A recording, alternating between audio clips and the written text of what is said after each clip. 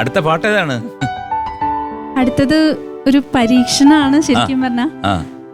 ദാസേട്ടനും ലീലാമ്മ കൂടി പാടിയിട്ടുള്ള ഒരു ഗാനാണ് സുന്ദര സ്വപ്നമേ. സുന്ദര സ്വപ്നമേ. ആരാ പാടുന്നേ? അത് ഒരു പുതുമുഖ ഗായികയാണ്, സോണി മോഹൻ എന്ന് പറയും. വെൽക്കം സോണി മോഹൻ.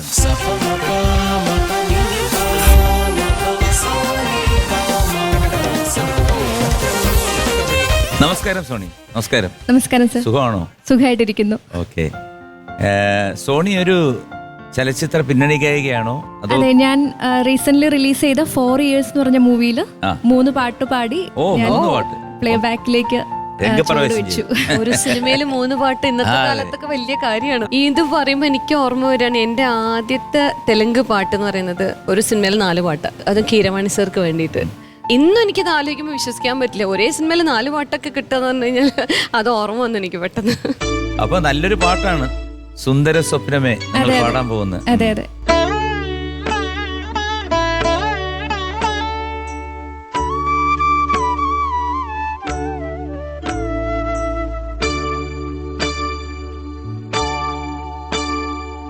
സുന്ദര സ്വപ്നമേ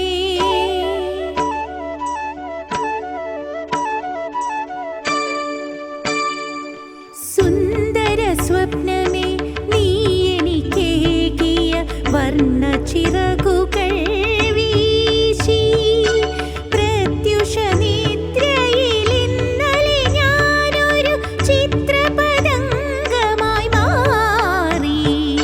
സുന്ദര സ്വപ്നമേ നീ എനിക്കേകിയ വർണ്ണ ചിറകുകൾ വീശി പ്രത്യുഷ നിദ്രയിൽ ഇന്നലെ ഞാൻ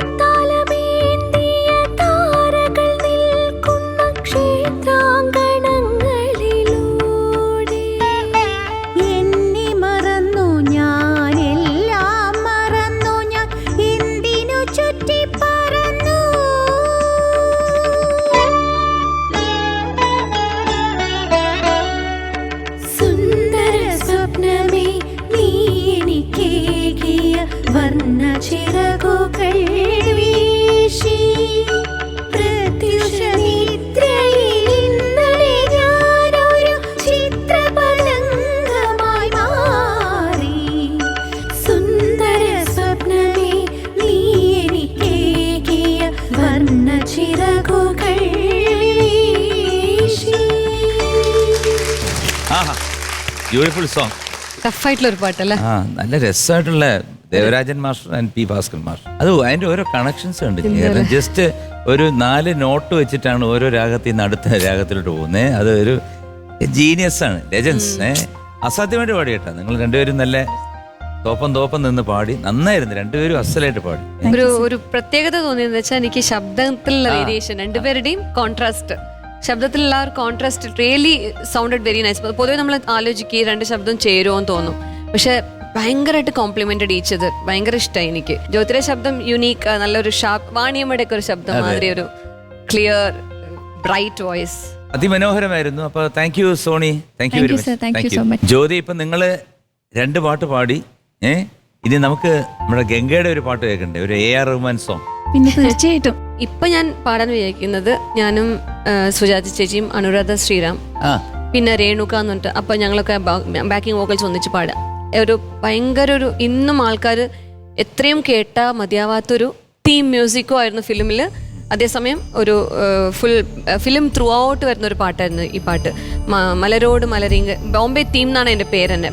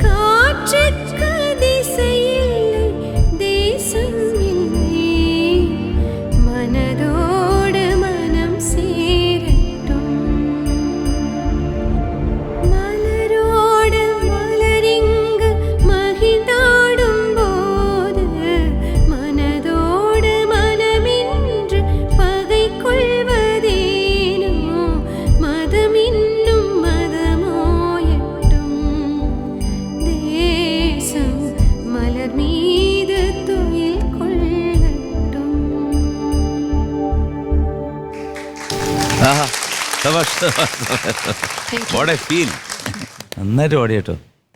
സൂപ്പർ.